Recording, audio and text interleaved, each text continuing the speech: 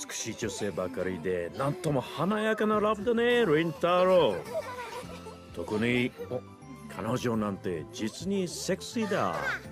だが男だ。So yeah, that was the funniest joke in the entire episode, and this episode was full of cheer and some good fun after kind of how down the last two episodes were. There were some nice moments here and there, but there were also some moments of depression. So it's nice to get a fluffy episode for the most part, even if it was bookended by scenes that kind of hurt. And I'll just get into the first scene, and poor Mary, she just knows that Okabe probably doesn't see her that way. Maybe he will eventually, but not right now. And the worst part is she doesn't know that the girl he's talking to on the phone is an AI clone of the girl he fell in love with back in the time travel plot. And yeah, this is a sci-fi anime. Nice to see her friends encouraging her. And I didn't ever realize she wasn't really much of a cosplayer herself. She just mainly made the outfits. How much money does Mary make? But yeah, that makes more sense because you only ever see her in the maid outfit, not really anything else. But it's nice that her friends are encouraging her and all that, even if she knows what they don't know, which is that he's dead set on someone else. And how can they know when they haven't seen part of what Okabe's been through? But yeah, other than that, it's an okay opening to the show, and the opening to the show itself, I still don't have much of an opinion on.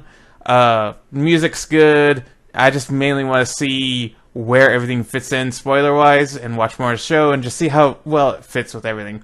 Overall, I like it so far, but I just have to see if it continues to fit the tone of the show like the original Steins Gate opening did. Now, it was nice to see Fenris and Mary interacting at the Maid Cafe, so that was some nostalgia. And it was kind of cool to see them planning the party, trying to get Okabe to come more. And Fenris, of all people, being the one to go talk to Suzuha was interesting, and I'll get into that more. First, I'll get into Kurisu AI, who continues to be adorable, but who's also very concerning. She continues to interrupt and butt into his life, and I don't know how much of that is Kurisu, and how much of that is Amadeus, and that's kind of worrying. He's never going to be able to move on if that's just going to be always in his pocket. Who knows if he ever moves on, considering the Okabe we see in freaking, at the end of the series that's talking to the younger Okabe.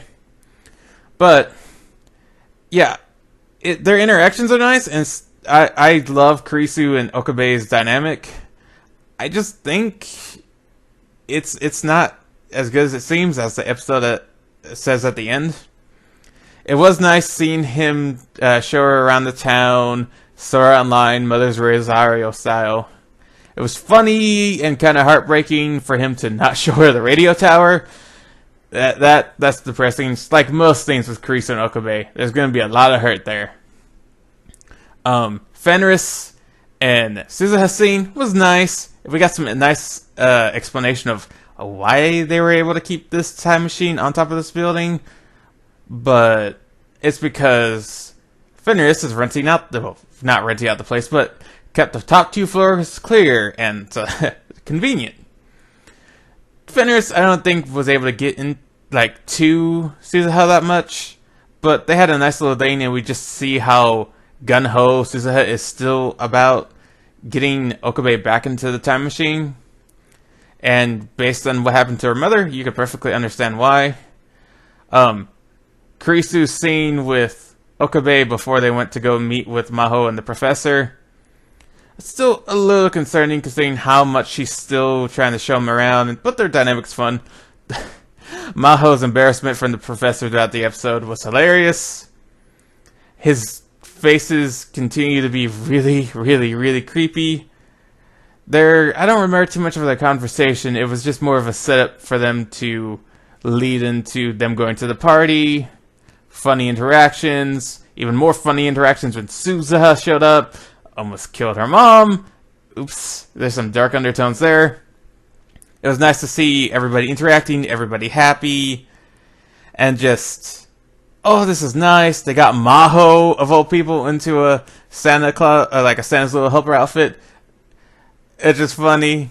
Her interaction with Naochan or whatever, where she thought she was a grade schooler too, was funny, though kind of depressing on her end. I begin to wonder if that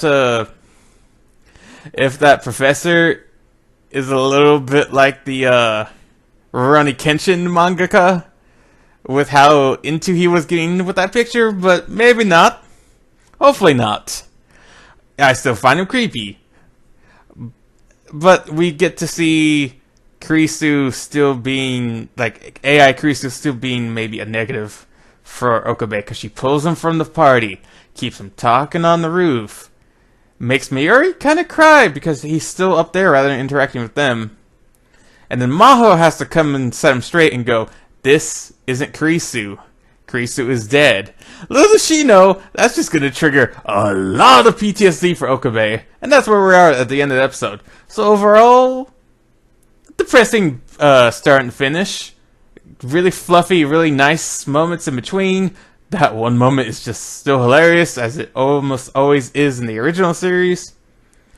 The new ending is nice. I like it better than the opening so far, actually. I think I like the sun maybe a little bit more. But overall, a strong third episode that's starting to get things rolling. I saw some people saying it's a little slow. It's Steins Gate. It's kind of going to be slow a little bit. It's all building up to an emotional moment.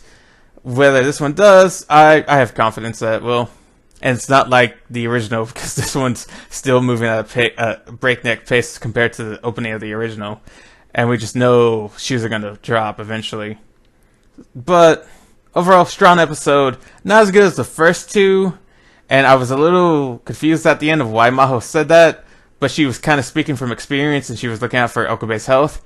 She just didn't know he has that bad of PTSD, and now she's going to. I wonder how much she's going to have to tell her about the time travel. But that's some interesting stuff for the future episodes. Other than that, nothing else to say, but later.